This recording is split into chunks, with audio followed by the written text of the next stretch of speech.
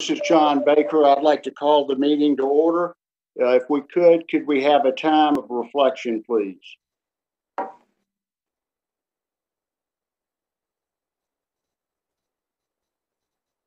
Thank you. Are there any introductions that need to be made, Paul? No, sir. Okay. That being the case, can we get a motion to adopt the agenda, please? So moved. Second. Any discussion?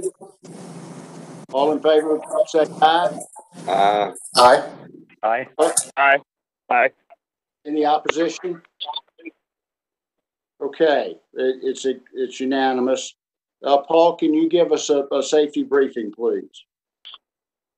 Yes, I will, Mr. Chairman. Thank you. Safety is core value at JEA. We focus in two areas now with COVID, the industrial safety and our COVID operating strategy. Industrial safety focuses on daily briefing, ensuring that safety is everybody's responsibility. Tailgate meetings in site locations, going over safety procedures of any job performed. Everybody is allowed to call a safety stand down if they observe anyone unsafe behavior. All jobs require PPE, personal protective equipment, and safety practices, which we strive to ensure that we have best practices in place throughout the utility. Our COVID operating strategy continues with masking requirements in all of our facilities and job sites. We are thoroughly cleaning all facilities. We have health screenings at all of the entrances. We continue to practice distancing, working remotely, and dispatching from home as well for field employees and staggered shifts. We have announced to the workforce that we'll continue that through October 31st, and the intent there is at least to get us through storm season to ensure that we don't have any community spread within the utility. Thank you, Mr. Chairman. Thank you, Paul. Jody, could you introduce us to the sunshine? Yeah, thank you, Mr. Chair. And this meeting has been properly noticed. We have a quorum present. All 7 members of the board are present, and minutes will be taken. And we are conducting this virtually, and the ability to do that is through the governor's executive order to allow us to have a virtual meeting. But, Mr. Chair, if you could let me just explain something that happened at our last board meeting procedurally. Chapter 286.0114, public meetings, reasonable opportunity to be heard statute was instituted back in 2013. And that requires the public to participate in actions brought before this board.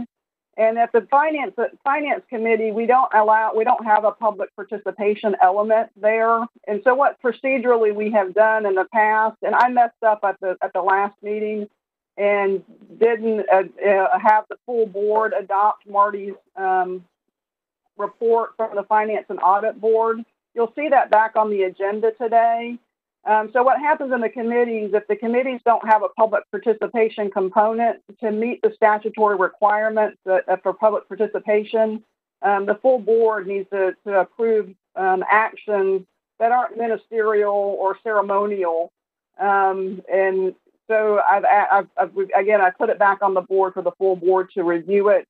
And so I apologize that I steered the board in the wrong direction at the last meeting. And so for other committee meetings that don't have a public participation component, any substantive action taken at the committee level, even by the bylaws and the approval process is allowed by the committee, but the full board needs to approve substantive actions at the committee level. So thank you for letting me explain that to the board as to why that's back on the agenda today. Well, thank you for taking the time to explain it and to follow up and make sure everything's done right. I'm assuming there's no harm or foul. So thank you. Is Councilwoman DeFore here today? I am, Chair Baker. Nice to see you. Good to see you. Just briefly, for an update, the city council has a city council meeting today, and our big budget will be passed this evening. So it's going to be a long council meeting. Everyone's trying to get their fingers into the pie, if you will. And so I just ask that you wish us luck in that endeavor, and we will succeed, but it'll be a long evening. In terms of the JEA Special Investigative Committee, we are making extreme headway in that. Steve Busey has done an outstanding job of sticking with it and really drilling down into facts. And what we're finding out, in essence, is that the procurement process, there were issues with the procurement process, and well as ethics in terms of what was represented to the board and what was actually intended. So we're making our headway. I think you'll find when this report is finally written, which will be in the end of October, you can take some of the information and you can use it to your benefit for a board. But I'm very pleased with where we're headed, and just thankful that we have a wonderful board with us now and wonderful leadership in the JEA. So thank you very much. And I'm happy to answer any questions. Any questions of Councilwoman Poole? Well, thank you. Thanks for keeping us up to date, and thanks for all you all are doing. Landon, should we go to comments from the public? Yes, sir. I'll go ahead and proceed with the WebEx instructions and public comment section of today's meeting. Once again, my name is Landon, and for those that are new to the WebEx technology, let me give you a brief overview of the controls. If you are joining us via the desktop interface or a smart device, such as a smartphone or tablet, you may move around your screen and will see a series of buttons at the bottom. The very first one that you may notice looks like a red microphone with a slash through it. If it is red, it means you are muted and will be on mute for the majority of the meeting unless recognized to speak. If you're recognized to speak or asked to provide comment, you will click on that button and it will turn dark gray or black. This will mean that you are unmuted and people can hear you. I do ask that you use the mute option to mute your line when you are not speaking. This will allow us to reduce the amount of background noise and have the most productive meeting possible. Also, if you would like to see who is participating in today's meeting, you can look over 3 more buttons to the right and find an icon that looks like a person. If you click on that, it will bring up the participant list. If you're on a mobile device, it will pull up in front of everything. And if you've joined on your desktop machine, it will come up on the right side of your screen. This will allow you to see a long list of individuals who have joined today's meeting. Also, I have enabled the chat capability. If you touch your screen or scroll next to the person icon, you will notice an icon that looks like a caption bubble. If you click on that, it will bring up the chat window. Please remember that this meeting is being recorded, and I ask that you please be professional. But if you run into any difficulties during today's meeting, you can chat me directly, or if you'd like, you can type your comments to everyone. Now, during today's meeting, when presentations are shared, you may desire to zoom in to more easily read the content. Within the WebEx toolbar located on the left side, you will notice 3 key options. The first is the icon with a plus positive indicator. This will allow you to easily zoom in on the content on your display. Now, the second icon with a minus negative indicator will allow you to reverse and zoom out of the content. And lastly is the icon with 4 arrows expanding, which will allow you to maximize your presentation to your current WebEx window. Now, due to circumstances resulting from COVID-19, a historic number of employees are rapidly transitioning to remote work. WebEx meetings have never been more vital for staying connected. For some users, meeting experiences may be impacted due to strain on service providers, causing internet or phone service degradation. Now, here are some tips you can take to get the best meeting experience possible. Number 1, close background applications. Even if you're not using them, applications on your device are using precious resources. During your meeting, close any applications or browser sessions that you're not using. Number 2, switch to call-in audio. If your internet audio video experience does not work, you can keep collaborating. Call in using the dial-in numbers in today's meeting invitation to join via your cell phone or landline. Number 3, Hardwire your workstation. Depending on your location or how many people are using the same Wi-Fi around you, you may see slower speeds on Wi-Fi than a wired Ethernet connection to your computer. And number 4, we are here to help. Contact the JEA WebEx support team if you're having any difficulty. And that will be reached at email address webexsupport@jea.com. Now we are going into the public comments section, and for the public comments, we will be using the raised hand feature.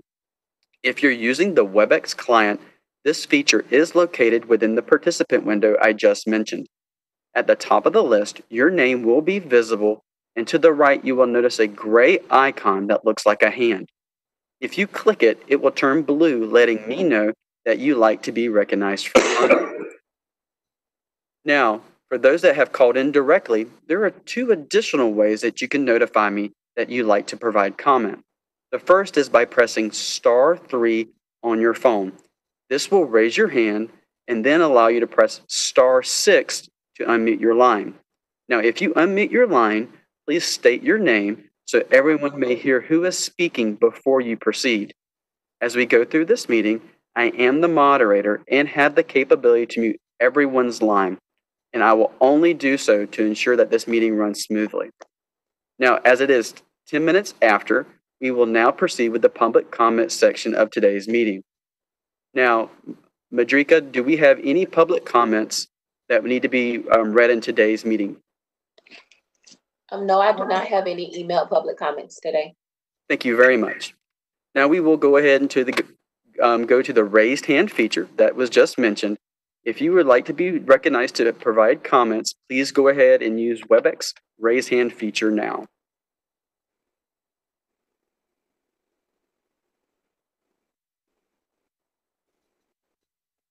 Okay, we'll go ahead and give the alternative method. If you are on a telephone or dialed in and would like to raise your hand or use the chat feature, please go ahead and press *3 on your telephone or put your public comment in the chat window within WebEx.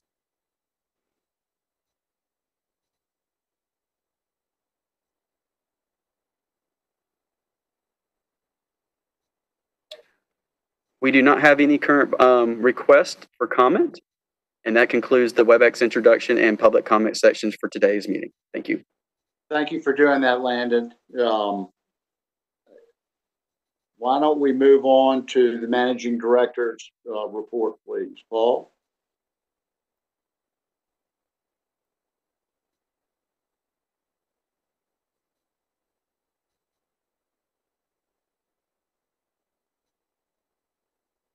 Paul, are you on mute?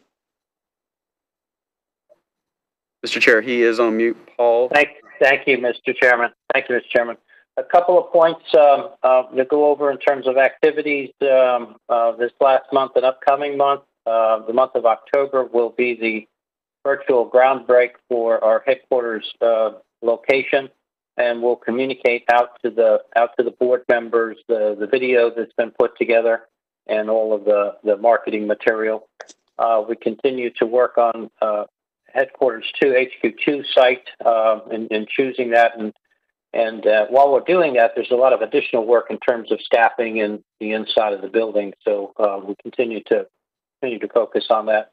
A note to the board members: Greenland Energy Center, which is 2 large combustion turbines on the south side of the Greenland area of town, will be undergoing maintenance and October 8th through 12th, and the turbines will be opened up. So it's a great opportunity to see sort of the inside of a electric generating unit, which doesn't happen very often. Usually it's just a big giant jet engine locked to the ground down there producing energy. But this gets you an opportunity to see the inside. It's pretty very, very interesting. If anyone's available, contact me or Madrika. We'll make sure that we get you a site visit. We are working in terms of our procurement and policy and procedures under review. We are sourcing a third party to ensure that we have a best practices opinion in terms of both our procedures and standard setting. This was work that started really with council in the charter review. and continues forward with the objective of trying to get a final document in place by the end of the year and a final review for best practices. We had a series of conversations with several of the rating agencies, particularly those that in their last review focused or made comments with respect to board governance and internal controls. There was an outreach on our behalf to understand, their position, their comments a little better, and to share with them the work that the board is doing to address that, and really the council is doing as well in terms of the charter revisions to our Chapter 21. Went through a series of those changes and how they will positively affect governance. That the board was thoroughly reviewing and updating its policy manual, and that we'll be working towards sourcing a third-party review again of best practices once we get these really the charter changes in the policy manual in a position to be reviewed by a third party in terms of a governance expert to provide us an overview of best practices and how we might improve in the future.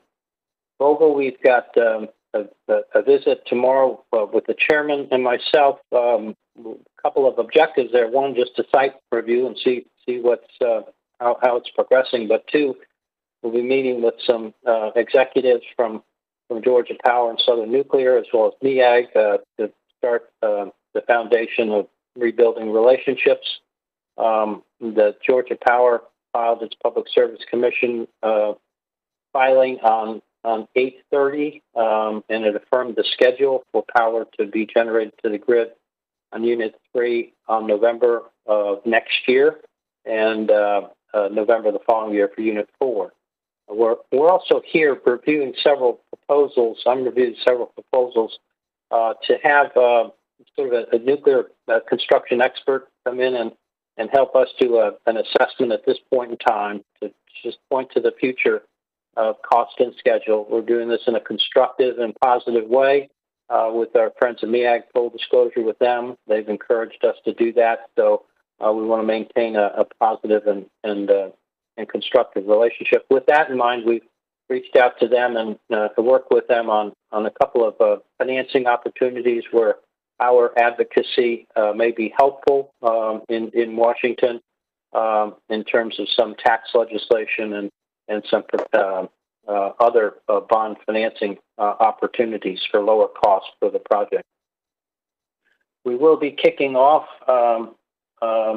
this month or early next month, throughout the month, with a series of meetings through the various SLT members' organizations. Our kickoff will be focused on reinforcing the board's commitment to public power. The JEA is not for sale of our municipal water and wastewater system, and commitment to the workforce and our community. We'll talk about our summer successes and then share and leverage and spring into the future of our values, our three strategies: turn customer loyalty, deliver business excellence, and building the unbeatable team. And finally, wrap up that meeting with the performance pay plan. Just an update. There was some media with respect to the RNC. Just to clarify that, in normal course of business, when a big event occurs in town, might be Florida, Georgia, might be a Jags game, might be the Monster Truck Jam, we mobilize. We put in place a work order to capture the activity that occurs, and that essentially was the total work order that was reported. We were not directed by anyone to incur any types of expenses associated with this activity. Our work needs to be done before the event occurs, because once the event occurs, we sort of stand back and watch the system perform. That's different than the other city agencies. And so we captured expenses that were mostly an acceleration forward for reprioritization of maintenance expenses in our natural progression of preparing for an event. I think when you look at the work order more in depthly, there might be $3,000 or $4,000 of overtime that would not have occurred had we not been focused on that event. And then finally, next up, we look at next month, we will have a workforce strategic plan, and that will include some conversation with some potential legislation that may start working its way through the city council with respect to an early retirement plan for the general employee pension plan participants, and what potential effect that might have on our workforce. We will have the water IWRP integrated resource plan to share at a high level with the board, as well as strategic pathways. That's my report for this month, Mr. Chairman. Unless there's any questions, I'll pass the program back to you. Thank you. I mean, Paul, let me just say, for you and John to go up there, I think it's fantastic tomorrow to see Vogel. I think that is great news, and how you've repaired the relationship is amazing. So I think what you and John are doing is fantastic, and what you've done to repair that relationship is fantastic. Thanks, Bobby. Bobby, I echo that. That's something Paul has worked on very hard, and there's work to be done. But hopefully by going up there and sitting down eyeball to eyeball, we'll begin to rekindle the relationship. Other questions? Okay, let's go to the consent agenda. If we could, there are two action items. One, the minutes of August 25th, and also the authorization of the board chair's travel to Plant Vogel tomorrow. I'll move it. I'll second.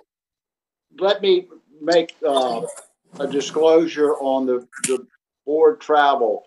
I offered to fly or use my plane to go up to Plant Vogel and save 8 or 9 hours of driving. And Paul checked with Carla Miller of the ethics department and said that is fine, but that JEA needs to reimburse me for the price of a first-class ticket to Atlanta. But with all the conversations that went with using private planes, I wanted to make sure that everybody was aware that we were doing it. I am not charging for the use of the plane at all, except as recommended by the ethics department. If that gives anybody any discomfort, Paul and I are happy to drive, and because we want it to be clear that we're stressing ethics, and we want to make sure that everybody understands that we abide by the same rules. I'll just reiterate what I said earlier, John, is you and Paul going up there is making such a difference that we care, we're interested, we're rebuilding relationships. So I just want to appreciate your leadership and Paul's leadership repairing this relationship. So thank you.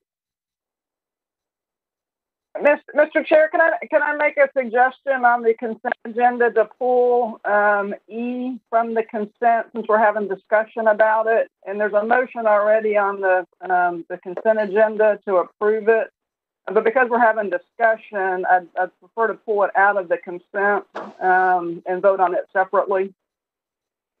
Okay, that's fine. So we'll vote on the consent agenda absent Appendix E. We've got a motion. Yes, sir. And a second. Is there further discussion? Hearing none, all in favor say aye. Aye. Aye. Aye. Aye. Opposed? And I make a motion to approve the travel. I second. This is Zachary. Further discussion? Thank you all. All in favor, say aye. Aye. Aye. Aye. Opposed? Okay. Thank you, Jody, for keeping us straight. Thank you, Mr. Chair. Brian, can you walk us through the monthly financials? Yes, Chairman Baker. We'll do a quick financial summary, and then we'll move to Ricky Erickson, who will be on the electric operation report. So the next slide, please, Landon. JEA has 6 core values, and foremost, safety. It's a financial presentation to start with, but safety comes first. The performance and recordable incident rate at 0.78 is record performance at JEA. Looking quickly at the graph, it's half of what the last 10-year average was. So there's been 20 or 15 recordables in year FY20 through August 31st. We did have, and maybe stepping back, that is one metric in OSHA recordables. Also, safety and lost time accidents. JEA did have a severe injury this month in September, not on this chart, and Ricky Erickson will further discuss that one in his presentation. Next slide, please. Just a quick look of JEA electric sales. It's been a good year for JEA in the sense of stability. We forecast about 12.1 million megawatt hours. September might be a little bit lower than last September. It's been a fairly mild weather in the sense of temperature. Now, windy, it's been pretty windy lately, but so we believe September will come in a little bit lower than last year's. So right about 12.1 million megawatt hours, which is in line with the black bar average or baseline of the last 8 or 9 years. The two big drivers in the electric is customer growth. Jacksonville continues to grow 1.9% of customer accounts. And then the small commercial and medium and large commercial certainly had a reduction in megawatt hour sales or usage during the initial month of COVID in the red circle. So commercial is down 4.8%. Residential continues to grow. But that 12 million we'll see in another presentation is our financial projections going forward as a baseline. Next slide, please. Water is slightly different. We measured in the chart on the left in millions of probably actually should be millions of KGAL sales because our customers are building KGALs. We'll fix that next month. But 38 billion gallons of water is delivered each year to our customers. That's over 100 million gallons a day.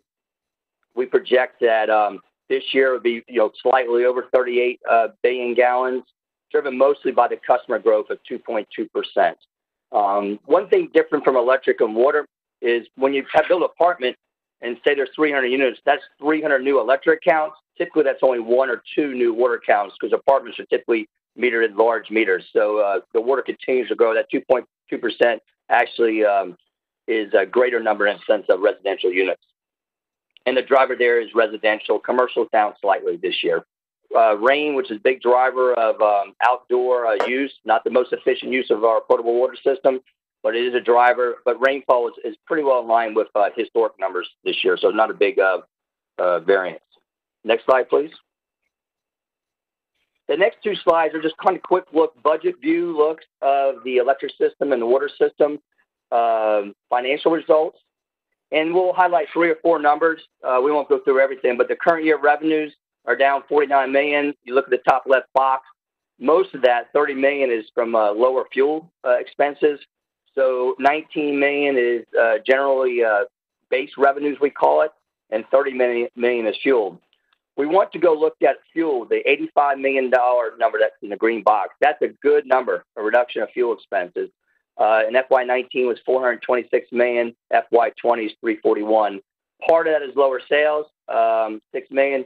Part of that is the $24 million fuel credit that JEA provided to customers in May during the initial months of COVID. Then also look at the other 27 number that is green box. So in FY19, fuel expenses were higher. So actually pulled from a fuel stabilization fund, 27 million.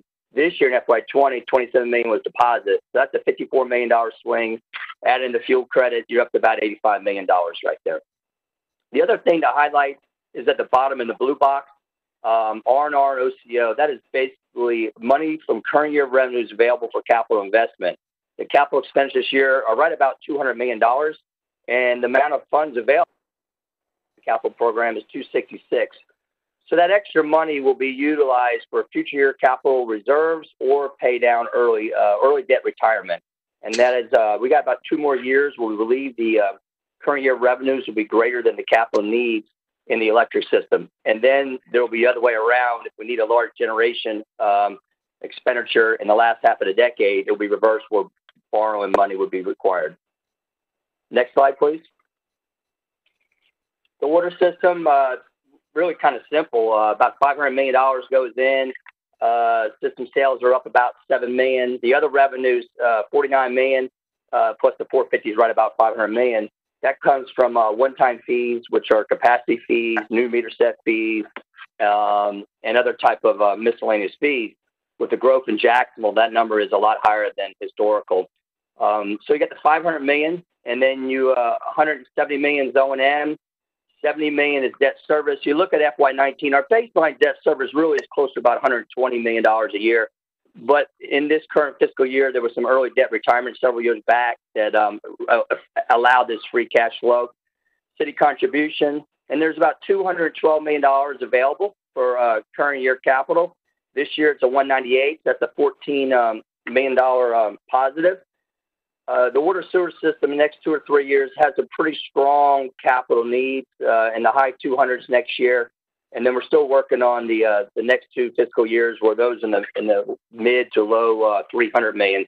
So it's good to have a little bit be able to put in the bank this year, 14 million on the capital side because it's going to be needed and be future borrowing as we continue to work on the capital program.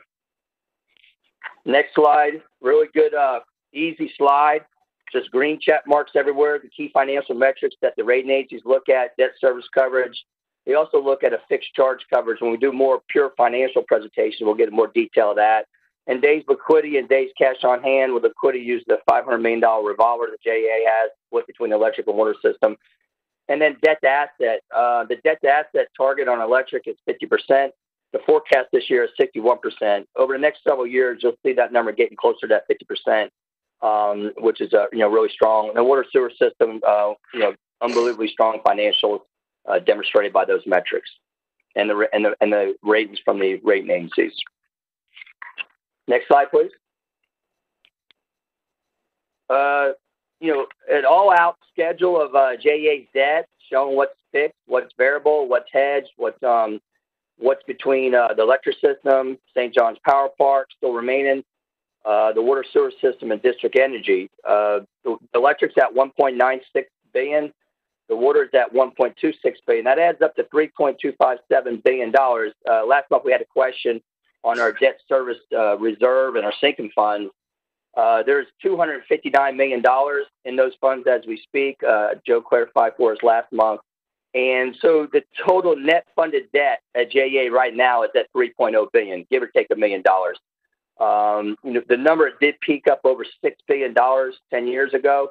So significant work has been done to have that balance sheet just ready for the next decade to serve the community. The average weighted interest rate, 3.67%, very favorable. And JEA continues to work on the Treasury team over decades. It's been a great job of working on this debt structure and how to be most efficient in it, and we'll continue to do so. Next slide. Thank you, Landon. JEA is right in the middle when you look at what's about 12 comparable to large utilities in Florida. There's many small towns that, but these are 10, 12 main large ones. JEA's in the middle, but that's the big blue bar is electric charges. That's what the companies charge their customers. And a small slice that's sort of a light blue gray is gross receipts tax. That's like a 2.5% sales tax from the state. The magenta, kind of looks like FSU Garnet, I believe, is public service tax, municipal service tax for each city. There's a couple of cities do not have that. And then the yellow is a franchise fee. When you take out the franchise fee and the taxes, JEA would actually move 3 bars to the left. It would leapfrog 3 and be the third to the lowest in the state at pure electric charges. So JEA is situated very well on the rate benchmarks on electric. one last slide. We'll turn over to Ricky. The water sewer, similar. The water sewer is not as many large. JEA is the second largest water sewer system in the state, with Miami-Dade being one of the largest in the country. JEA looks like it's number 6 on the left at the benchmark 5/8-inch meter at $70.45 a 6,000 gallon. That's an apple-to-apple comparison to most utilities used. In the last 15, 20 years, JEA new services install a 3/4-inch meter. So at the bottom there's a footnote. We won't go over every time, but it's probably worth just, at least this time. There's 120,000 5/8-inch meters in the system. These are the pre-2000 installations of houses. And then since 2000, basically units that have built-in irrigation system, they are 3/4-inch meters. So they're higher up at the 84.85. But the benchmarks utilities use is 5/8. So that's why we show the 5/8. But I think it's appropriate to kind of just pinpoint both of them. If the other companies have a 3/4-inch, they'd be higher up on the scale too. That is it. If there's any questions from the board, I'd be glad to take it before we turn it over to Ricky. I just want to Ricky, applaud everybody. It's Marty. I mean, the reduction in debt levels over the past decade is just an amazing story. Being part of the organization when the debt levels were very high, I just want to applaud everybody at the JEA for doing such a great job to get those in line. Yeah, I mean, I agree with Marty. The other thing on the electric rates, FP&L's got nuclear plants that are fully depreciated that are going to have to be decommissioned over a certain period of time. So once those are fully depreciated, their rates are going to have to go up. So, if you look at our fuel mix, our asset mix, I think you guys have done a tremendous job.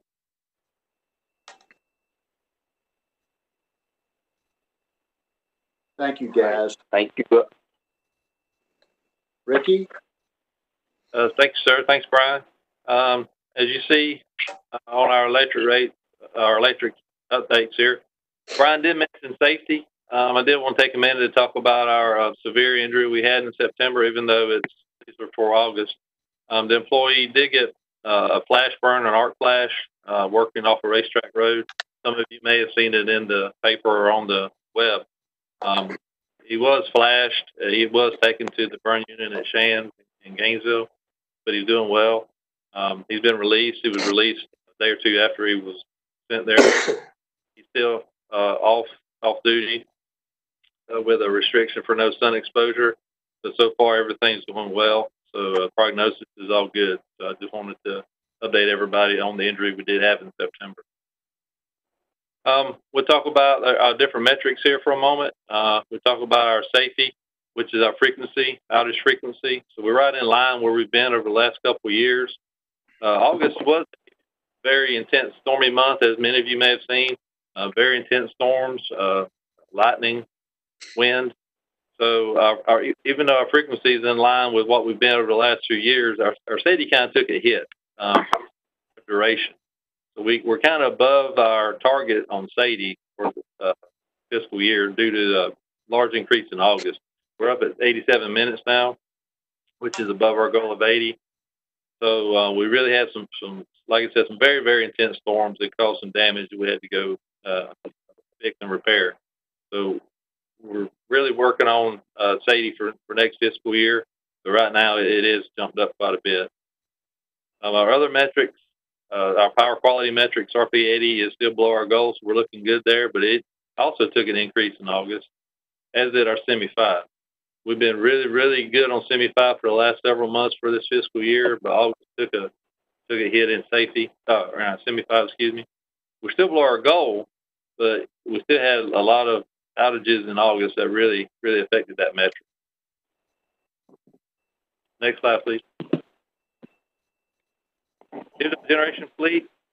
So we did have a couple outages on our generation fleet in August. One of them was due to a piece of equipment called a lightning arrestor. It failed, causing the unit to trip and stay offline for a couple of days.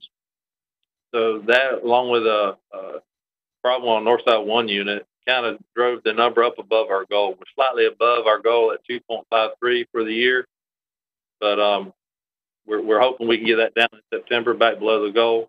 But we did have a couple of issues in August, mainly the lightning arrestor failure that caused the the metric to go above our goal for fiscal year. Our environmental compliance, we continue to do well. We've only had one reportable event for this year, which is really, really good.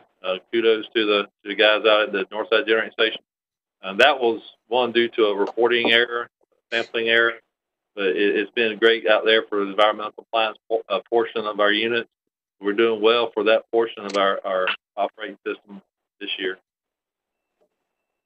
Next slide, please. I think that's all for me for this moment. Unless anybody has any questions.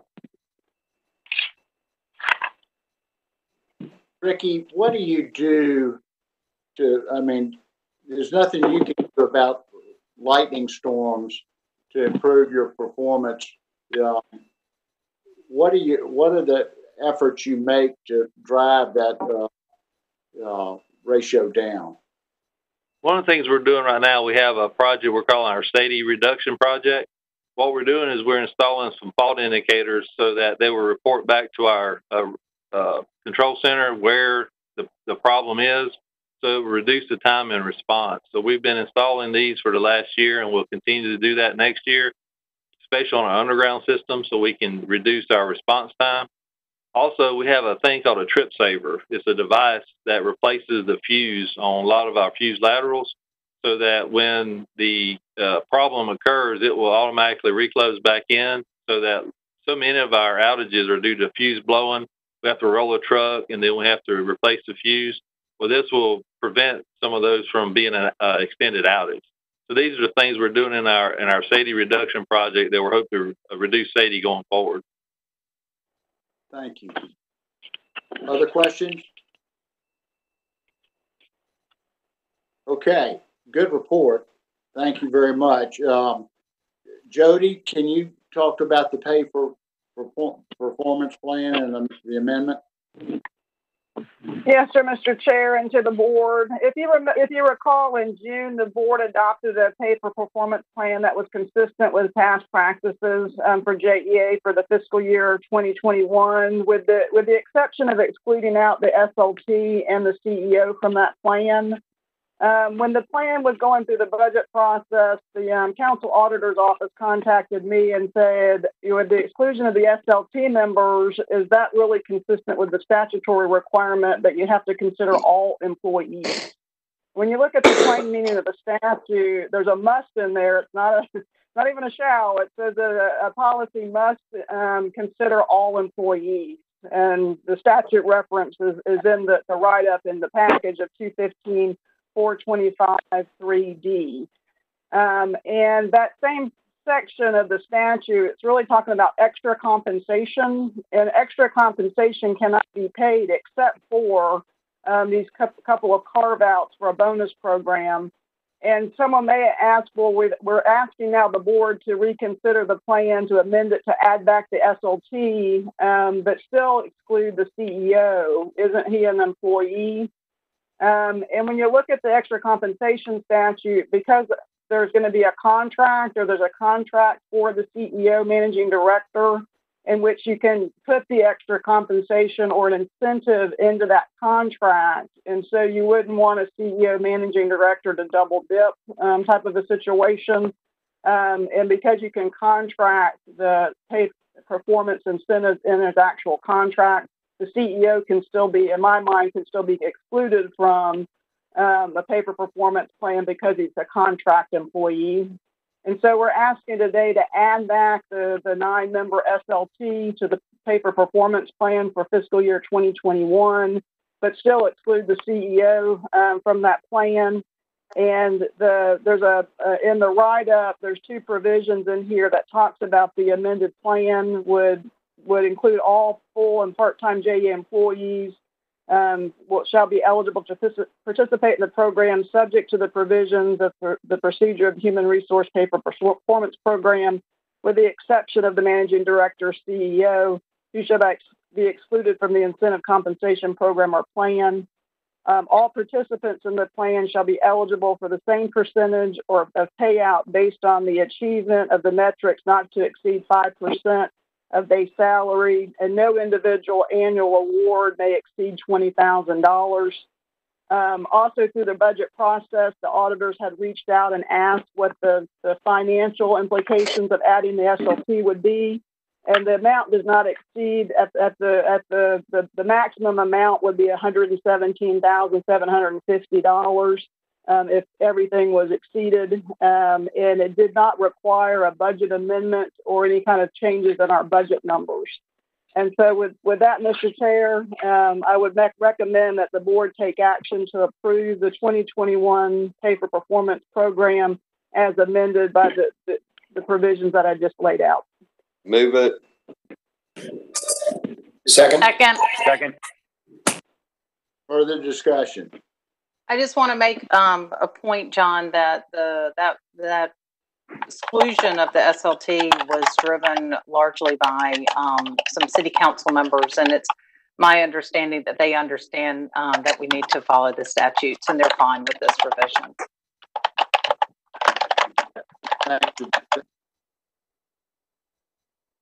This is Landon. Someone was typing in the background. I went ahead and muted all lines. We may proceed. Mr. Chairman, I would just for the record confirm Board Member Lanahan's observation that we did check with the council members and they were supportive of this.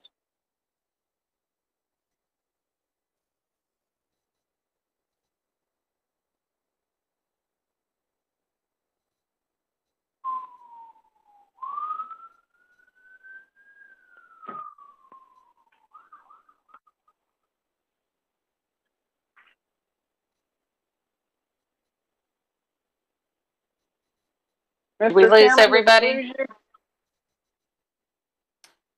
This is Landon. We're still here. Some of the members may be on mute. If I can unmute them at this time, or if they would like to go ahead and unmute their lines.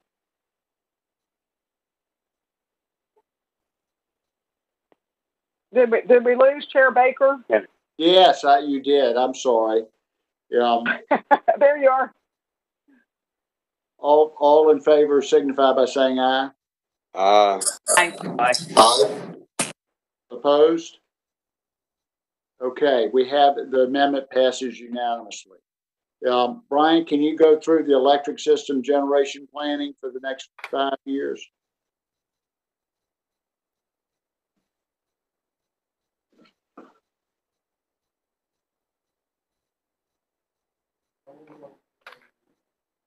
Brian, you're currently on mute.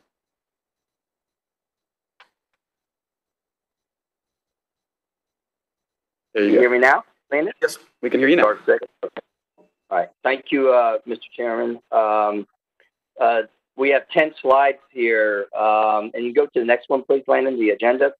It's a condensed picture of the electric system generation planning, but it really represents years and decades of work and planning that the JEA team has done over the decades to have the electric system generation plan, transmission associated with it in a great position. And a lot of work this summer by multiple teams throughout JEA, whether it's fuels, engineering, construction, the finance team, putting this together and really trying to look at a big picture of where we've been and where we're going. And it's a great situation where we're at going forward. So the agenda really is tied together financial planning and projections, generation planning, which is typically the most significant expenditure in the electric system. As times go, generation's getting more cost effective, and other costs of the business start rising in the utility business on customer service and what have you. But it's still the most significant expenditure on the electric system. It shows how transition to a lower carbon power generation sources that JEA has been doing and will continue to do, and the impact or how we manage the impacts to minimize on customer bills. So we'll go to the next slide. The next slide is not intended to go through these schedule in the presentation, but we wanted to put the numbers out and very transparent, and we'll highlight a few great things here. First of all, in the white highlight up top, it shows 3 years past and 5 years forward in the current fiscal year that's ready to end in 2020. Customer accounts in 2017 were 462,000, and now they're 489,000. That's 27,000 new accounts in 3 years. It just shows you that JEA, Jacksonville continues to grow. People want to live here. People want to be served by the utility. So that affords a great opportunity in the planning. We put a baseline status quo, 12 million megawatt hours as the baseline, our financial projection. This year, we think we're closer to 12.1, and that was COVID impacted. Over time, that may grow, but we try to show what if there is no growth, what will impact the various different expenditures in the plan due to our revenue requirement. And the next one is the 111% in 23 to 25. That's a revenue requirement, and that can be met by three different ways: increased sales, lower expenditures, or increased rates to the customers. If you look on the left, it doesn't show it, but if you went back 10 years, in 8 or 9 days on October 1st, there will be 10 years in a row that JEA rates, electric charges, have been stable or lower consistently straight for 10 years. And also looking at 21 and 22, project that to be the same. So that'll be 12 years in a row that JEA's customers will be stable or lower on every single month. Now, there has been a fuel switch, fuel to base switch. I think it was the one in 2012 and maybe 2017, where taxes get impacted slightly. And we look to do the same thing in 22 and 23. There's a oval box showing that a additional revenue requirement of 36 and 35 million. There's a slide at the end to show it. We project to be able to lower the fuel rate from $32.50 currently to $27.50. That's a $5 reduction in fuel rate based upon capital expenditures, expansion at Brandy Branch. The investment in the solar, nuclear will lower our fuel costs, but that is increased cost lower at the on other expenditures. So we'll look to do that, and we'll have future presentations over time, over the next year or two, that will provide information on the fuel and revenue requirements. Two more things to highlight here is the large circle that goes across the 8 or 10 years. That is non-fuel purchase power costs. In the early years, in 27, 18, 19, the number on the higher row there, the 76, 101, 83, that represents mostly St. John's River Power Park and Plant Shear that have since been retired and will be retired soon. Also represents large transmission purchases that JEA traditionally does at different times strategically. The bottom line is Plant Vogtle, and it shows the cost. It's there. It's $40 million in 2018, 18 and 2019. 2020 and 21 show zero. It's really closer to 20 and 15 because there's a stabilization fund on more detailed schedules. There was prior year revenues that were used to pay that, but it's about 20 million and 15 million in those 2 years. I think I had the reverse. But looking out the next 4 or 5 years, it tops out $169 million in 2025. That is the commitment on the debt service, the projected O&M cost. There's an additional $18 million or so in fuel. So Plant Vogtle is, approaching $200 million a year. But it shows how it fits in with the projected revenue requirements of 111%. And over the next decade, there will be a little bit more because we lose production tax credits on Plant Vogtle, about $14 million. But that is it. It shows it. Our debt service below that, JEA has been working on retiring that debt and also pinpointing certain times to lower electric debt service at 80, 91, and 94 million. That helps long-term rate stability. And it shows a strong investment from the R&R and other capital outlay at $254 million this year, fully funding the capital program and putting $50 million in reserves. The city contribution right at in the mid-90s, and then also some early debt numbers. So really a summary on that is that these operating expenses are non-fuel power. Nuclear costs are offset by the retirements of coal-fired plants, lower fuel costs, more efficient units, early debt retirement, and all that results in projected 1% annual revenue requirement in FY 23 to 25. Sorry to go through all those details, and we can answer any questions. There's more on that one. Next couple slides. No, but Brian, I want to make a point to this is, you guys are managing this well, but the key to the future, keeping rates where they are, is growth. And it would be worth, Paul at some point coming back with an economic development plan, because if Jacksonville grows, JEA makes these numbers easy to work. I think it'd be worth the time and effort to come up. How do we get involved in economic development of Jacksonville? Thank you, Bobby. Yeah, I agree. I'm sorry. Go ahead, Paul. No, I was just going to say I agree, Bobby, and I think that but not only in terms of the economic growth, but also the transition to electricity. I think that once we get towards the outer end here in 24, 25, we really are going to start to see the impact of the electrification of the transportation sector, and then certainly out beyond the second half of the decade start to really pick that up. So we will see some growth. These numbers, I believe, are conservative. I think it is well worth noting that 1% rate increase beginning in 2023 is so much less than was predicted as a result of Vogel that our team has really pulled a lot of levers to make this happen, and the citizens of Jacksonville should be very, very proud of that kind of performance. It is really neat that they've been able to do this. Go ahead, Brian. Yes. Thank you, board members. And the next couple of slides help show how that great work's been done. And this is a really neat slide if anyone want to look in the future. It's really a generation timeline of the last 50 years and going forward in the future. And boldface are the current units. The oldest units JEA has right now that Ricky's team operates are the Northside CTs 1 through 4. And they were built in 1974, 1975, 50 megawatts each. And then the large 525 megawatt key Northside 3 plant. And these plants, and you look at it going to the right, and you see the ones in gray have been retired, St. John's, Power Park, Plant Shearwill, and the future, the MEAG nuclear PPA, the FPL combined cycle PPA going online a little bit over a year, and the 5 times 50 megawatt solar farms that approximately 2 years from now will be online. When you look at it, really it just shows that JEA has a diversified generation fleet over the decades, and it continues going forward. Well-positioned steam turbines, combustion turbines, combined cycles, purchase power agreements. The fuel sources, strategically, we can burn, JEA can burn number 6 fuel oil at Northside for emergency purposes. No intention to do it on a daily basis, but for a hurricane, you might need to do that. The distillate number 2 fuel, coal, petroleum coke at Northside 1 and 2, natural gas, landfill gas, solar, and then future carbon-free nuclear. So a very diversified fleet. JEA has been very successful over the decades of that to prepare for the growth of the future. And I think it's a real nice picture. Next slide. Next slide, won't spend much time on it. It just shows on the top left where the dark line shows that was the actual peak forecast of our capacity, about 2,500 to 3,000 megawatts.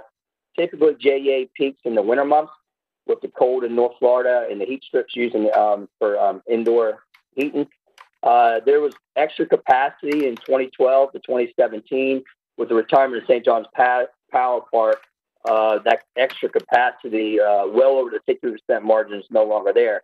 On the right shows our firm peak forecast in the dotted blue line, and above it is 15% higher is the reserve margin required by the Public Service Commission and for good operating purposes. And it shows when Plant Vogel and other units, the PPA go online, JEA is even higher than the 15% margin from there. Next slide. I believe it was Chairman Bates. Go ahead, sir. Before you leave that, what caused the spike in 2018? And more importantly, why do we also won't happen again? Well, I might ask Rick or Paul to help me on that. I don't think I was here during that. And then I suspect it was a cold winter day. Does anyone want to help me on that? Rick, I should have studied that before. That's correct, Brian. We had a few cold winter days there in the winter of 2018 that caused a spike up to around 3,000 megawatts of load. So it was a winter cold spell. And so it's a cold spell of several days. Usually one day, the customer base will weather one day of cold weather. The second day, the thermostats start to get adjusted. In the third day of a cold snap, everybody's tired of being cold and turns on the heat strip. So that's when we see these big spikes. And one of the challenges that we have in terms of the economics of the fleet is that peak is generally for for 6 hours on one day. It's not sort of building and delivering 3,000 megawatts of energy, but we've got to have the assets on the ground to produce energy in the event it's called on in those extreme temperatures, cold or hot. A little further background. Brian, go ahead. Are we justified then in projecting on our forecast that it's about, a good bit lower than 2018? The system planning team goes through a very structured methodology on that forecast.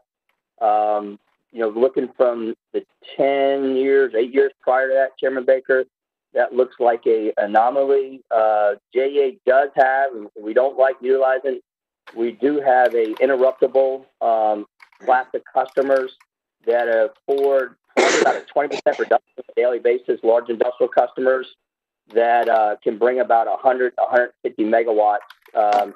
Probably will only use that system or that 5 or 7 times over the last 2 decades, but that would be what would be utilized first, I believe, Ricky. Is that correct? If you couldn't buy power in the market?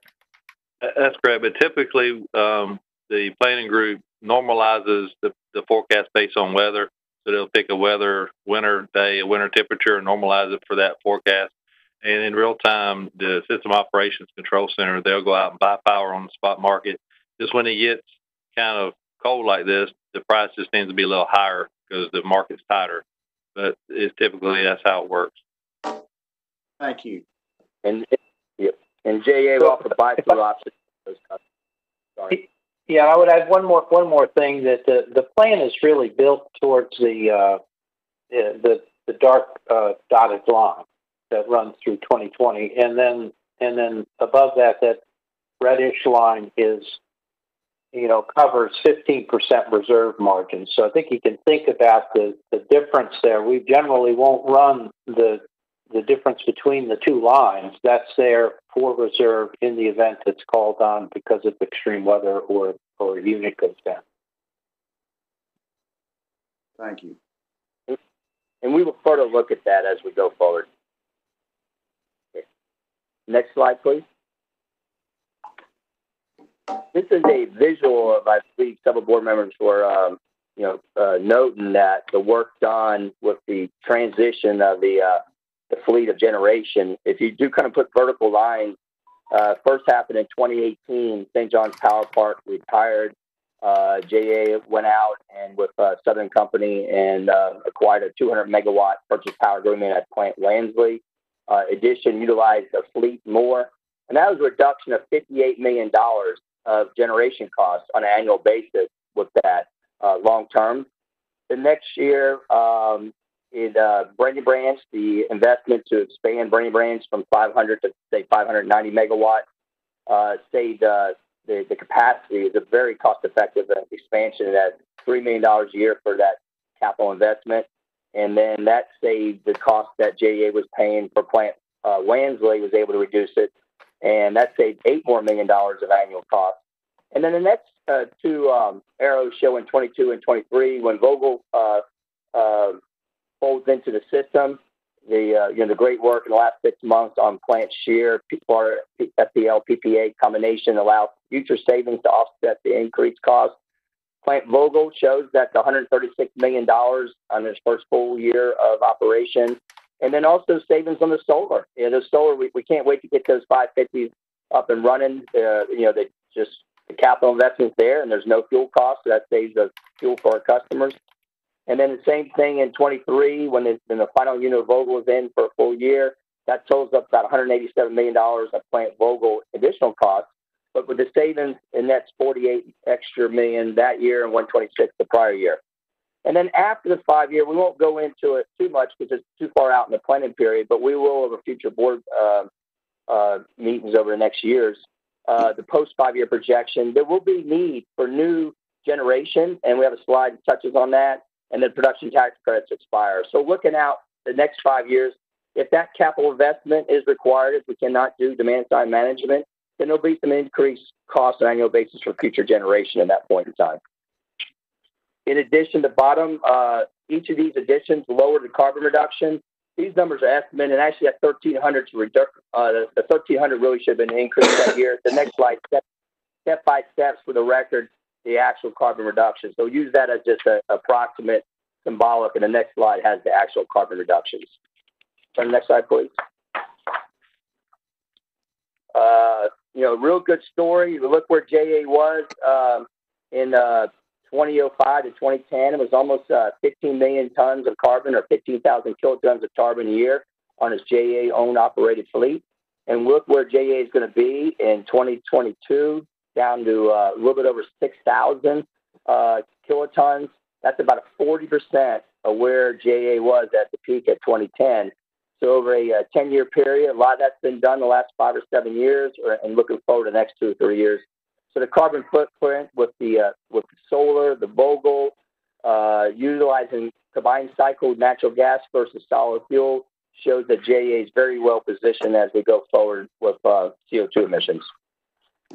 Brian, that's just an amazing slide. I'm going to interrupt you and make us pause on this one. It's if you put that into context of what that means and with the reduction of our carbon footprint, it's pretty incredible.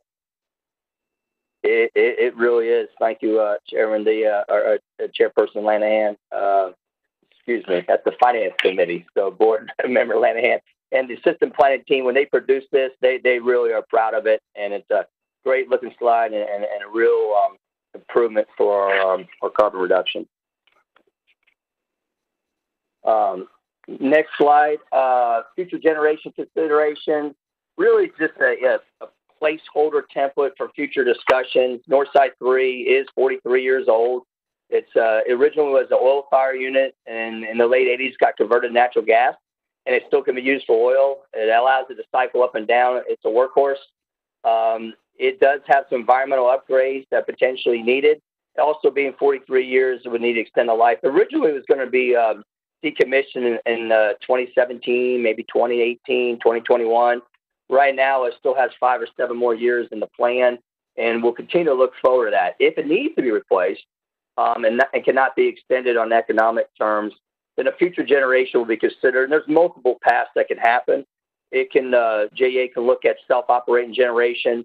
Not many plants are getting put in the ground as we speak, but from a baseline financial projection, we can put in $500, $600, $700 million for a natural gas combined cycle to see, hey, that's the baseline. Also look at joint operated generation. JEA has been very successful partnering over decades with large other utilities to strategically partner with them. Purchase power agreements, whether it's ownership in B or purchase power in C. And then with new technology, JEA with the low debt structure we're at this point in time, continue to go in the future. Technology is changing, whether it's battery storage on existing solar farms or new battery technology. Over the next 5 or 10 years, that will be determined whether it's going to be economic. And then also demand side management. JEA has a very good DSM program. We'll continue to grow that to lower the peak demands, like the one chart. So if that one day is in 2018, how can we lower it that JEA does not have to put a several $100 million investment just for that one day a year? So to summarize that, there will be an integrated resource plan be updated and completed over the next fiscal year or two. Approximately $5 million of study work will be done over the next several years, but no major decision will be needed for 3 to 4 to 5 fiscal years. But there'll be some studies and feedback with the board over that period of time. Next slide. We won't go over this a bit. It's really the same slide as number 2, except it has financial metrics and capital balances at the bottom. And really the only thing to highlight that is the total debt. Board Member Lanahan mentioned about the great work on the debt from going from up to $6 billion in the whole systems, electric and water. Electric, as you see, the next 5 years is projected to go to 1.4. The debt to asset ratio to 44%, lower than the median targets that Moody's and Fitch and S&P look at. The capital balances are strong to allow early debt retirement strategically. And this really just positions JEA has a very strong financial foundation. The numbers are here, the inflows, outflows on an annual basis. JEA will continue to look at risk management ideas on diverse generation, diverse fuel sources, sits you very well in the future to make these decisions and keep a strong financial foundation. Then we got one more slide. It's similar to the rate comparison in the monthly financial report. If the revenue requirements are needed, first we look at growth, the economic development feedback that receive is JEA is working on some large initiatives. That is certainly the best answer. Sales in Jacksonville continues to grow. It just shows that if we can reduce expenditures, but even if rates had to be raised, it's very minor at 1% over the next 3 to 5 years. And JEA still be positioned very well. Really just want to highlight, and JEA has been serving the public for a long time, has made generation decisions, has made transmission decisions, financial, and we're situated very strong to go into the future to continue to serve the public and the growing Jacksonville community. So any questions, be glad to take them. I hope this provided a good summary of where we stand and go forward. So Brian, on the transmission, where are you on evaluating that system and upgrades that are needed and capital that's needed? Bobby, to go back to the prior slide, I don't think we need to do it. There are a lot of decisions on the next generation option will involve transmission. Northside 3 with the 525 megahertz, there's existing transmission there, but it could use, transmission both the electrons, but also the fuel. So that's next on the agenda and is a major factor in the next generation decision. JEA has those, transmission lines that were built in Northside 1 and 2 originally. Well, Northside 1 and 2 in the late 60s, early 70s didn't work out so great, but those transmission lines have been invaluable. And to serve it, to balance it, sometimes if you build a power plant in a certain position, it might need an extra $100 million in transmission. So that is next on the agenda to further integrate the transmission plans with this generation plans for the FY25 to 30-year program. So I think over the next year that would come back to the board. Thanks. Mr. Stein.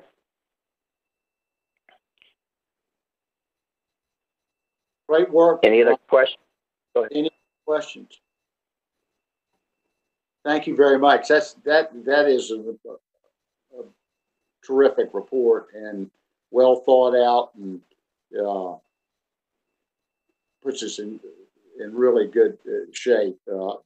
If there's no questions of Brian, the next thing is the St. Johns River Power Park System Employees Retirement Plan. Who will present that?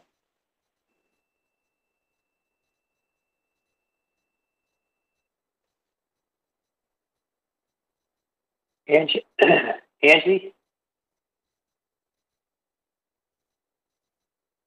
Yes. Angie, yes. Okay.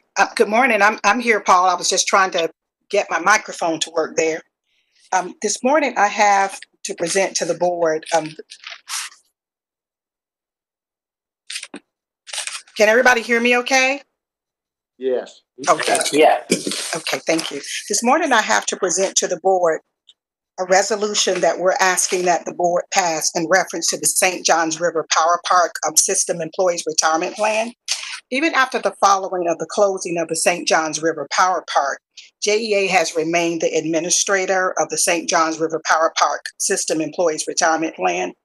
As the administrator of the plan, we were notified that the principal financial group was taking over the business of Wells Fargo's retirement plan portfolio. As a result of this, we were presented with a continuity of service agreement. We've reviewed the agreement in its entirety, and after looking at that agreement, we believe it is in the best interest of the organization to continue with that agreement. There are no impacts to the fee structure. There are no additional costs to the employees or to the organization. But in order for us to move forward with this agreement, those who execute it must be duly authorized by the board via a resolution to allow them to execute it. We've submitted the resolution to the board, and we're recommending that the board approve the agreement and authorize JEA's treasurer and controller to execute all of the implementing documents. The resolution in its entirety, as well as a copy of the agreement, is included in the board package. Before we get a motion to approve this, I want to disclose that I was a board member at Wells Fargo when they made that deal, and I resigned the day I went on the JEA board. I do not think there is a conflict, but I just want to make sure that everybody's aware that I was on that board at the time. If there are no questions of her, can we have a motion to approve? Move it. Second. Further discussion? Mr. Baker, I do have one comment. One of the things that I did want to mention, that as we have been going through this transition with Wells Fargo and with the Principal Financial Group, they have been more than accommodating with helping us with documents, getting those prepared. And as we speak, we have been in conversation with them about notifying our employees of the change for those who are affected with the SJRPP. So I really commend them for the service that they provided, which is another reason that we were very adamant about making sure that we were able to continue to work with them through this continuance of service agreement. Thank you, Angie. So we did vote on that, didn't we?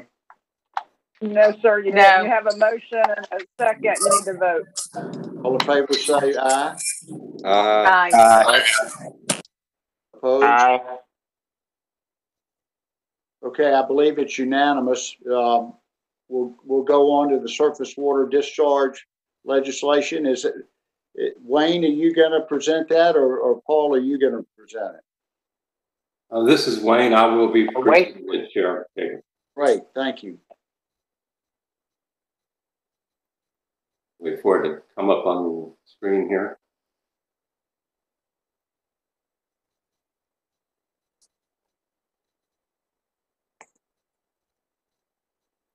We'll go to the first slide, please. Good morning, Chair Baker and Board Directors. I'll take the next 10 minutes to inform you of a potential bill that may be headed to the Florida legislature that could have a major operational and financial impact on JEA.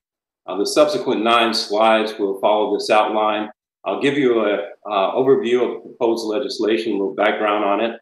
I'll address the JEA reclaimed water system in the context of the legislation. I'll present the potential legislation impacts that it will have for JEA as well as other utilities throughout the state, and discuss a little bit about our engagement strategy, and then roll it up in a summary that'll highlight why this is being presented to the board. Next slide, please. During the past legislative session, Senator Simpson introduced a bill seeking increased use of reclaimed water throughout the state of Florida. Also included in the bill was a call for the elimination of wastewater discharge to surface waters of the state. Both the House and Senate introduced versions of the bill. The House bill passed in the House of Representatives, but neither bill passed in the Senate. Nevertheless, we do expect a new bill will be introduced next year to include a provision to eliminate surface water discharge by the end of calendar year 2026 or 2027. Meeting such a deadline presents a difficult situation for many utilities, and especially for JEA, because we are by far the largest utility in the state with remaining wastewater discharges to surface waters. Senator Simpson is aware of the challenges such a bill presents, and members of our legislative delegation for the greater Jacksonville area are being informed of the same. Next slide. JEA has a robust and expanding reclaimed water system. Of the nearly 80 million gallons of effluent leaving our plants, approximately 25% is treated to provide water resources used to offset withdrawals from the Floridan aquifer. However, although our reclaim program continues to grow, and we don't expect it to reach full utilization and subsequent elimination of surface water discharge until 15 to 20 years beyond the potential bill implementation year of 2026 or 2027. In the meantime, of course, as we assess where we're going to go forward, we will ensure that the present surface water discharge continues to meet the same high standards in adherence to the total maximum discharge level requirement for the St. Johns River. Next slide. What you see in front of you is a sampling of possible opportunities available to us as we research alternative usages of the effluent from our treatment plant. It is important to note that each alternative is unique due to dependence on numerous variables, ranging from environmental needs such as recharging wetlands to area hydrogeology, where there could be geological constraints that may inhibit the application of certain programs. And last but not least, the time to implementation based on the bill and the costs associated would be major variables in choosing a specific alternative to utilize. Next slide. As we move forward to address this matter, our initial impact evaluation is being assessed from both operational and financial perspectives. From an operational perspective, JEA will do a deep dive to evaluate effluent discharge reuse for each of our wastewater treatment plants. Our strategy will continue to focus on establishing reuse in areas where there is a need and where we deem it technically, environmentally, and economically feasible. We are in the process of designing an implementation schedule to assess benefits associated with applying reuse in our region as part of our overall strategy and our look out over the horizon for the next 10 to 20 years. The results of this assessment will vary depending on areas within our service territory. For instance, where feasible, we will continue to expand reuse for irrigation, where new development is taking place. It was mentioned earlier in the presentation that Jacksonville is growing. So we will be expanding reuse and irrigation to those areas. We will also fulfill other needs in other areas where industrial use or wetland and environmental restoration may be more beneficial. Next slide. The prospective bill will also pose challenges from a cost and timing perspective. And this is going to be a major challenge for us and other utilities. An engineering analysis sponsored by the Florida Wastewater Environmental Association estimated the cost to eliminate all surface water discharge in Florida, that's the entire state of Florida, would exceed $28 billion. As for JEA, our initial estimate is that costs could be as high as $400 million for our larger plants and move upwards to the $1 billion mark for the full system. This is what we currently believe it may take to comply with the requirements of a prospective bill. These expenses would fall upon the utilities and ratepayers with some possible relief from a state water management district or other funding sources. From a timeline perspective, a similar study done by the Florida Department of Environmental Protection concluded that undertaking aggressive projects such as building new wastewater treatment plants or bringing a potable water reuse system online will more than likely extend beyond the legislative implementation date due to tremendous demand and limited resources to build such plants. Next slide. Internal and external communication and teamwork will be central in our efforts in addressing this potential bill. Therefore, we have established a task force, and you can see the departments for whom the members will come from. And the task force will work internally and externally with elected officials, other utilities, and environmental stakeholders to address these issues. Our goal overall is to implement a plan to bring about legislation that not only meets the desired intent with respect to reclaimed water, but also provides feasible economic and environmental alternatives to getting the job done in a cost-effective and a timely manner. Next slide. In carrying out our engagement strategy, JEA supports the intent of the legislation, which is to specifically expand reclaimed water use. However, we do intend to highlight concerns associated with the component addressing the surface water discharge. With the desire to avoid undue economic impact of JEA and ratepayers, as well as possible disruption of programs, policies, and initiatives that we currently have in place that are focused on environmental stewardship. In that context, we are positioned to highlight our past and present initiatives in the area of environmental stewardship. Our focus in that area is readily demonstrated through our capital programs, where we are currently funding and using capital resources to support building wastewater treatment plants that are designed to meet high-level treatment criteria that would allow for partial discharge exemptions. Also, we have established inroads on the initial stages of a potable water use reuse project. Additionally, the surface water discharge issue is included as a line item in our integrated water resource plan as a component that could lead to discharge water being used as an alternative source for potable water. Next slide, please.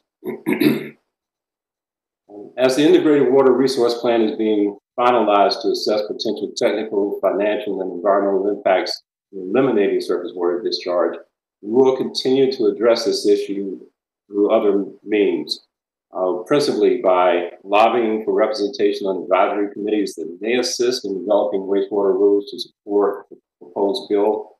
And these rules will actually come from either wastewater management districts or the Florida Department of Environmental Protection after the legislation has passed if it comes to that point. We'll also advocate for mutual zero discharge implementation date extension. We'll petition early for any funding that might be available.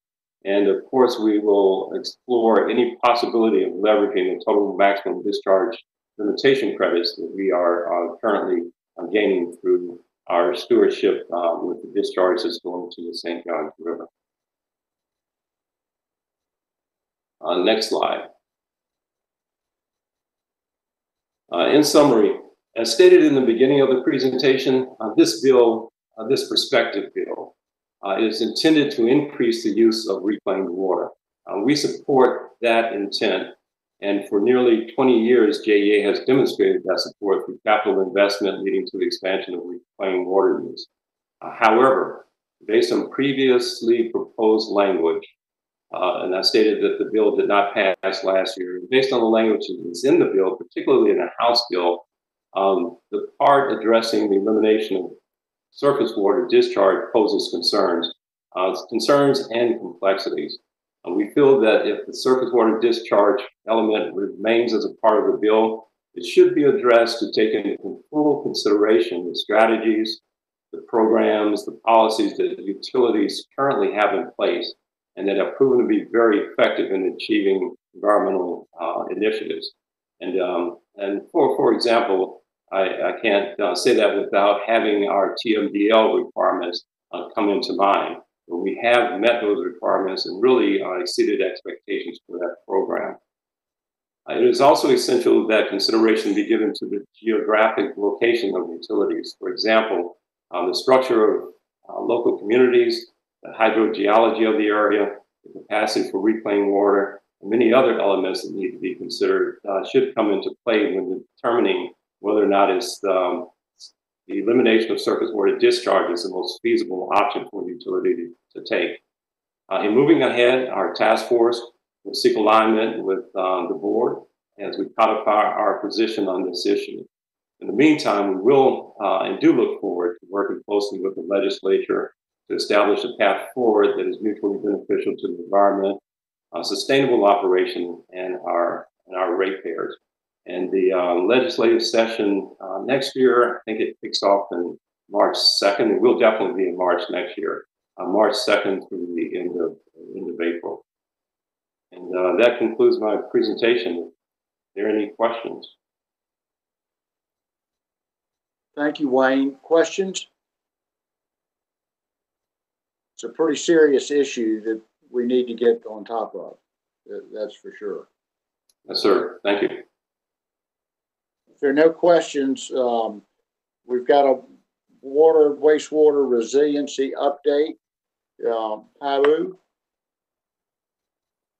Thank you, Mr. Chair. Good morning, board members. I'll be taking about 10 minutes to provide the overview and updates on the water and wastewater system resiliency program. Next slide. I'll provide the program goal and overview, show how we develop the system resiliency framework, its results, and the next steps of the program. Next slide. It's a bit of a background. During Hurricane Matthew in October of 2016, JEA's water and wastewater system performed very well in maintaining service to our customers, as less than 1% lost water and sewer services.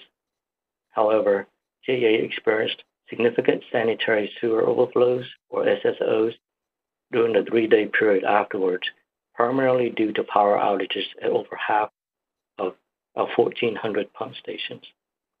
So in response to Matthew, JEA has developed a multi-step plan called Framework to Resiliency to implement near-term, mid-term, and long-term strategies. Examples of our near-term initiatives included purchasing both fixed and mobile generators to back up lift stations, leasing additional generators and pumps during the storm season, upgrading electrical and instrumentation and control components, and increasing overhead to underground electric service connections to our lift stations. So when Hurricane Irma occurred in September of 2017, it set new flood records in Northeast Florida.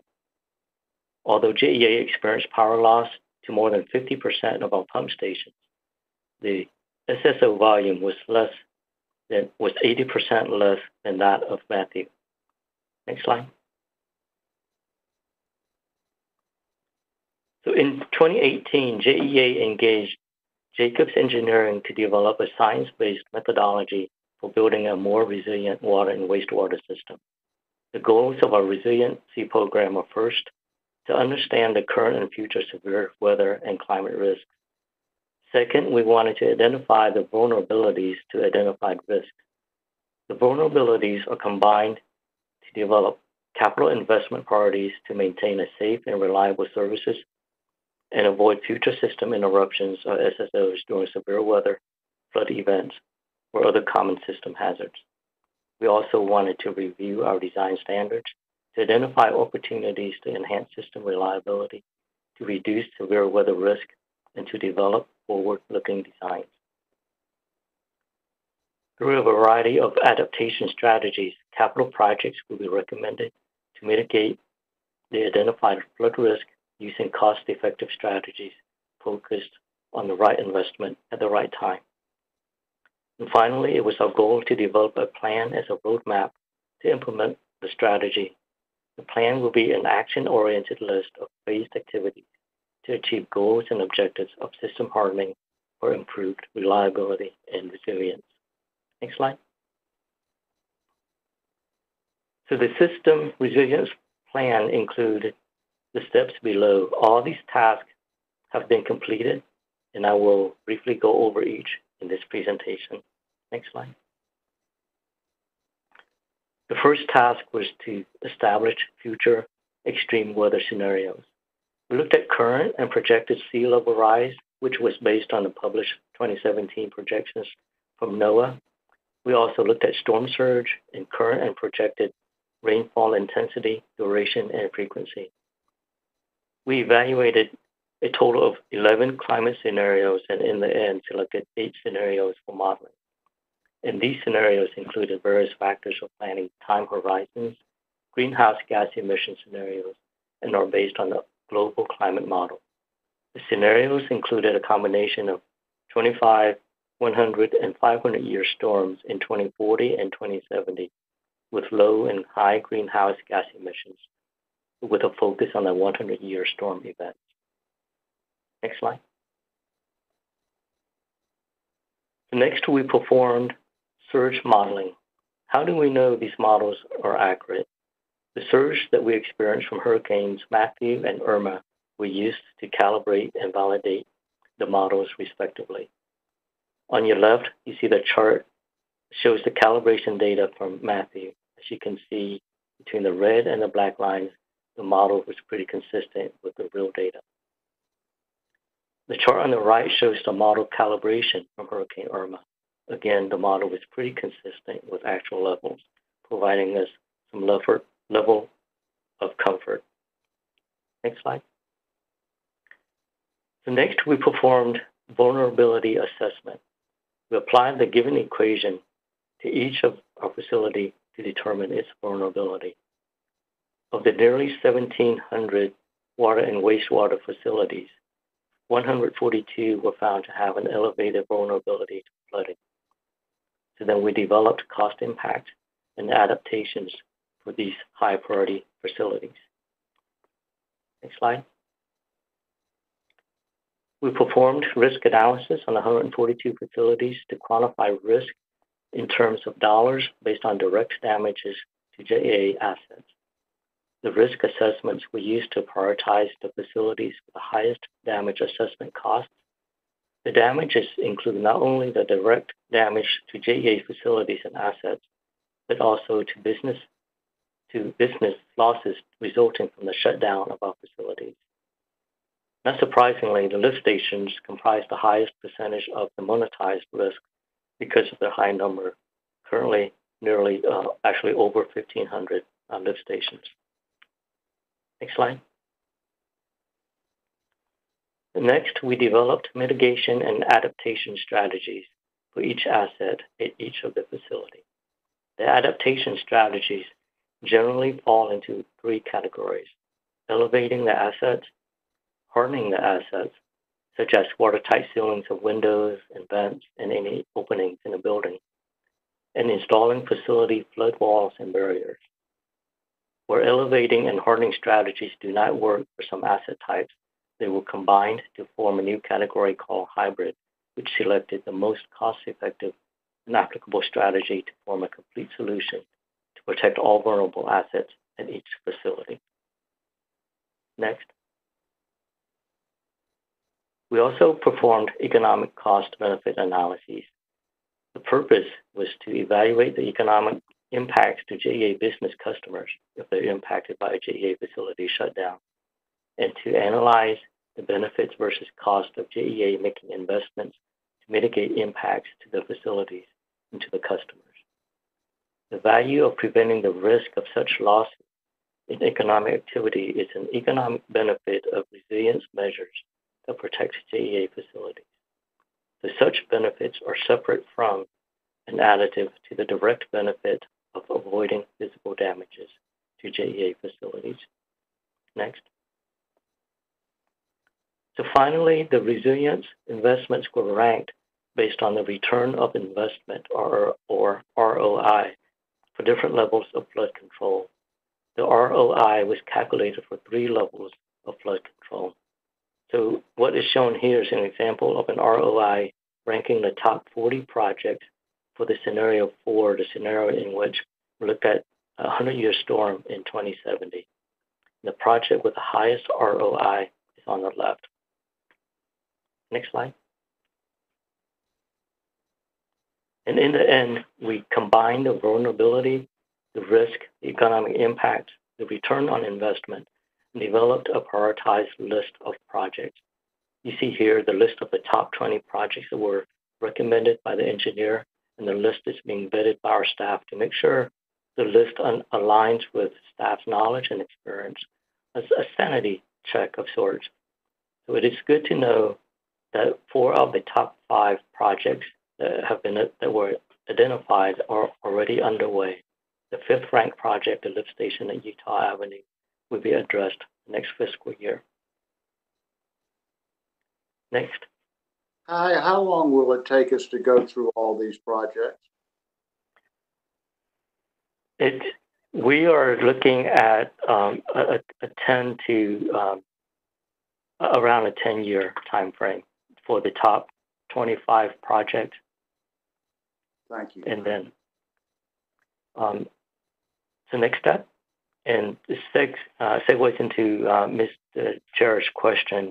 First we'll finalize and submit the report, but the next step is to implement the system resilience plan. And we are looking at that right now, looking at actually the top 50 projects, whittling them down, and then prioritizing them to the top 25 projects within the next 10 years. And we'll continue to update our standards and then address the commonly found issues listed on the screen. And with that, I am done with my presentation. I'd be happy to take any questions. Thank you. That's a very thoughtful presentation and a great project. We all remember what this city looked like after the hurricanes, and knock on wood, we've we've been lucky this year, but we need to do these. It's important. Any other questions? If not, we'll move on. Steve Tootin, can you give us a list of board policies and ordinances? Yes, sir. Good morning, Chairman Baker, members of the board. And I shall be brief. It's just 3 pages here. If we want to start with the second page, Landon 134. We update this every month, obviously, in next up review running order. We don't have anything scheduled for the board's consideration until the month of November. However, toward the bottom of that page, the board policy manual is listed there, and I know Mr. DeSalvo is going to speak to some of the portions of that shortly. So that's all I have. Okay. Questions? If not, we'll move into the board and committee reports. Marty, are you prepared to get us out of jail? Yes, I am. Thank you so much. As you recall, this actually was an action item on our last board meeting, and we debated whether we had an action item or not. Turns out, thanks to Jody, that we do have an action item. The action item is to approve the business conducted during the Finance and Audit Committee meeting. That has been previously communicated. It is not, for redundancy purposes, incorporated into this board package, but it is available on your board book from the prior month. So I would take a motion to accept the business. Thank you. Any discussion? All those in favor? Aye. Aye. Aye. Fabulous. Thank you. And thank you, Jody, for catching us on that. I pass it back to you, Mr. Chair. Thank you, Marty. Now, Thank you. Joe, can we go to the governance committee? Yeah, thank you, Mr. Chairman. A few things here. First, if Landon, if you can get me on page 325, please. So, Mr. Chairman, I had a very good committee meeting last week, as a matter of fact, and actually I have 2 actions here to present to the board for approval. The first one is going to be the approved category 3, which is the executive mandate.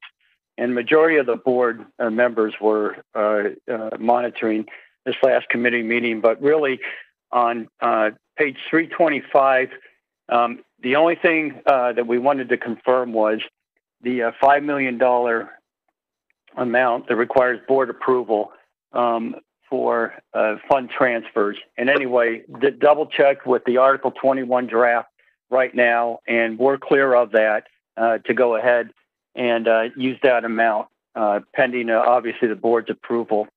And then the second thing, Mr. Chairman, is the for Appendix 1 of the CEO core competencies and evaluation criteria. And if you can go to page 343, please, Landon. On that, we just went ahead and updated the 7 days read-ahead requirement for any materials to the board for a board meeting. We get it 7 days in advance, so we have enough time to digest and prepare properly for a board meeting. And then the other one was on page 344 for the next page.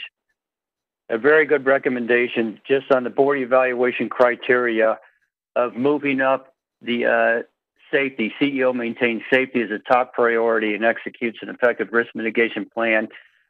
We had that, but it was around number 8, if I remember correctly. Although, again, this criteria was not in any prioritization, but I think Marty had a very good point. It's still putting this the very first one because it just shows safety is a top priority, and without safety, the whole operation wouldn't be going well at all. So just put that up to emphasize it. And then we also emphasize diversity, too, as you can see in point number 5, where the CEO establishes a positive environment where diversity is embraced for that.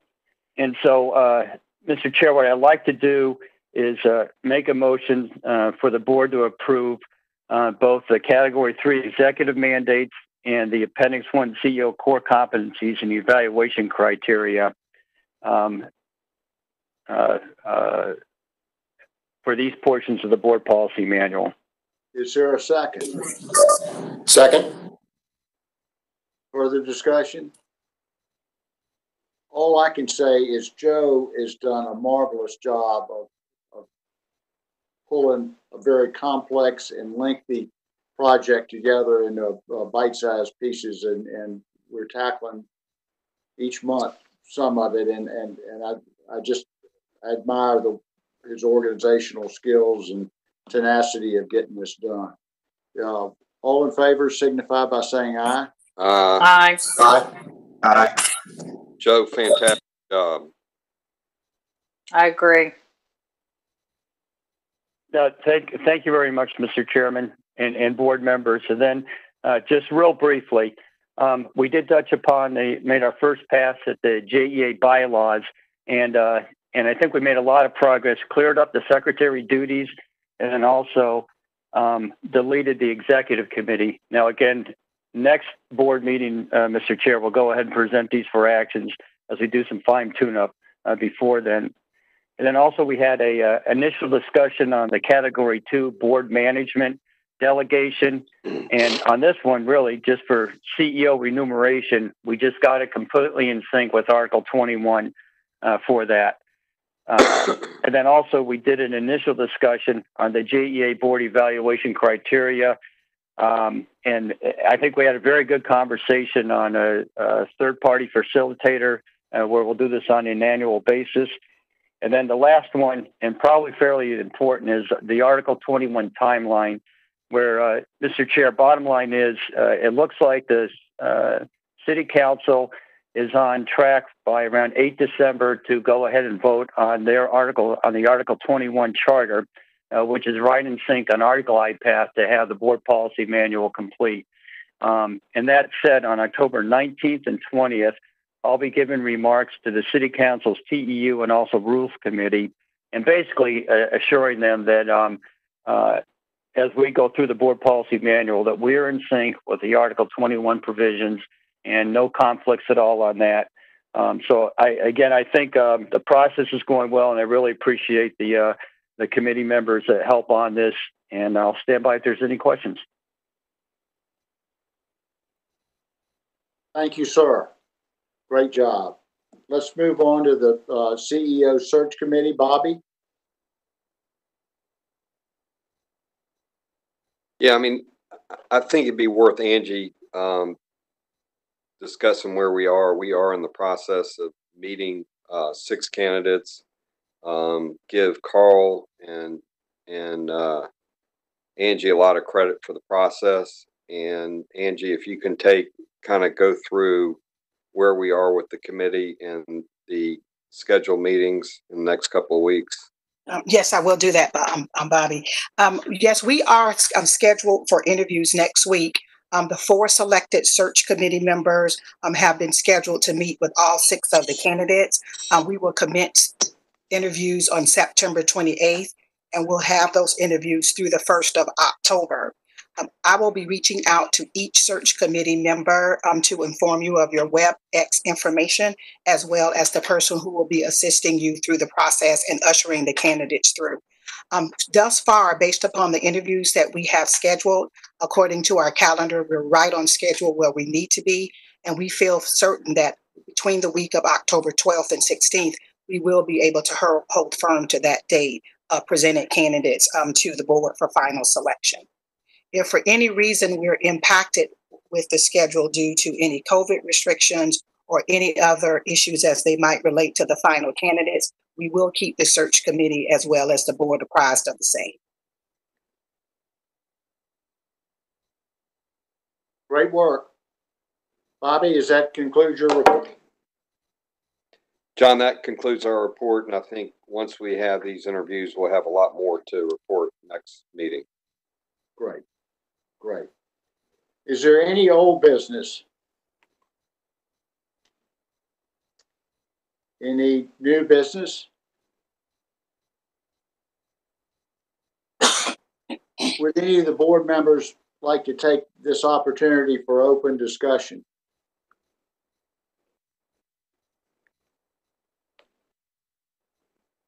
Okay, and I have no chair's report. So I think unless there's anything else that needs to come before, any announcements, The next board meeting is October 27th. If there's nothing else to come before this meeting, I declare it is adjourned. Thank you, John. Thank you, Paul. Thank you, John. Thank you, John. Thank you, Paul. Thank you all. Great day. Very efficient. Have a great day. Thanks.